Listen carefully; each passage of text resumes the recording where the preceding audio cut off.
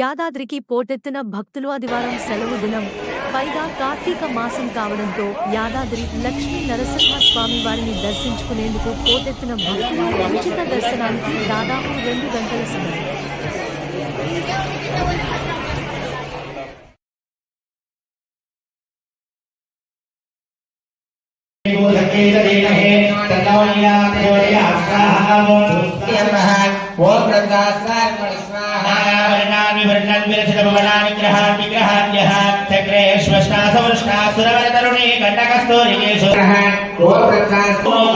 మరి ఇంత రాత్రి వరకు ఎక్కడ ఉన్నావు అని అడిగింది.